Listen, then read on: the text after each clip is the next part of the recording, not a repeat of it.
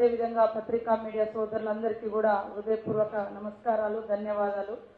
గత ప్రభుత్వంలో రైతు బంధు పేరుతో జరిగినటువంటి లోపాలు, అదేవిధంగా అన్యాయాలు అనేకం ఉన్నాయి.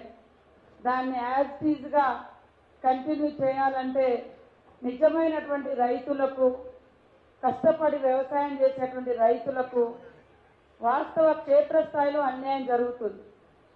వాస్తవానికి ఆ పంట పెట్టుబడి అనేది పంట పెట్టుబడి అనేటువంటి అర్థాన్ని మార్చేసి వేరేమో పంట పెట్టుబడి ఉంది రైతు బంధు, కానీ పట్టాకు పెట్టుబడి ఇచ్చేసారు.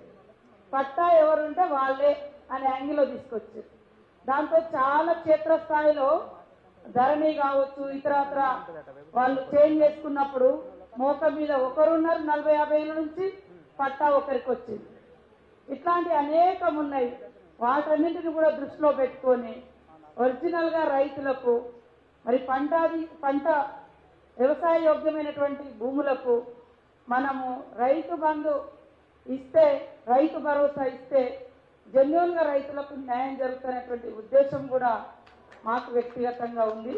కమిటీ నుంచి కూడా అభిప్రాయాలు చాలా చోట్ల మరి డబల్ లబ్ధి జరుగుతుంది, కష్టం లేని వాళ్ళకి లబ్ధి జరుగుతుంది, వ్యవసాయం చేసి పంట పండించిన వాళ్ళకి ఎలాంటి న్యాయం జరగడం లేదనేటువంటి విన్నపాలు కూడా వస్తున్నాయి. కాబట్టి ఈరోజు క్షేత్రస్థాయిలో రైతుల యొక్క ఒపీనియన్ అనేది చాలా ఇంపార్టెంట్. మనం 4 గోడల మధ్య కూర్చొని ఇదే రైతు ప్రపంచం అనుకోకుండా, ఇదే రైతు భరోసాకు ఒక గొప్ప మార్గం అనకుండా జిల్లాల వారీగా ఈరోజు గౌరవ డిప్యూటీ సీఎం గారి ఆధ్వర్యంలో ఇలాంటి కార్యక్రమాలు ఏర్పాటు చేసి మరి అనేక విషయాలను కూడా తెలుసుకొని తద్వారా ఒక మంచి ఒపీనియన్తో మీ అందరి ఒపీనియన్స్ క్రోడీకరించి ఒక మంచి పాలసీ మేము ముందుకు వస్తుందని నేను ఆశిస్తా ఉన్నాను.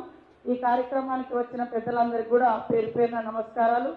రైతులు కూడా ఎట్లున్నా అంటే, నేను ఈ మాట అంటే ఏ రైతుకు ఏది కూడా ఇక్కడ గవర్నమెంట్కి వచ్చే ప్రతి పైసా ప్రజల ద్వారా వచ్చింది.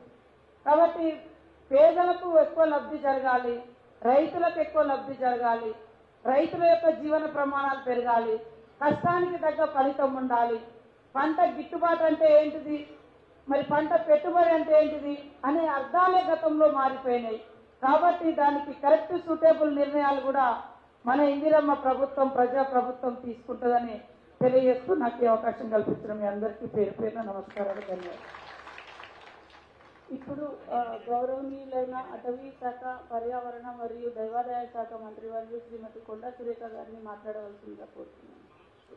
సభకు నమస్కారం. వేదిక మీద ఉన్న తోటి మంత్రులకు, ఇక్కడ ఉన్న ప్రజాపతులకు, వివిధ ప్రాంతాల నుంచి వచ్చినటువంటి రైతులకు, అధికారులకు, పత్రికా సోదరులకు నా నమస్కారం.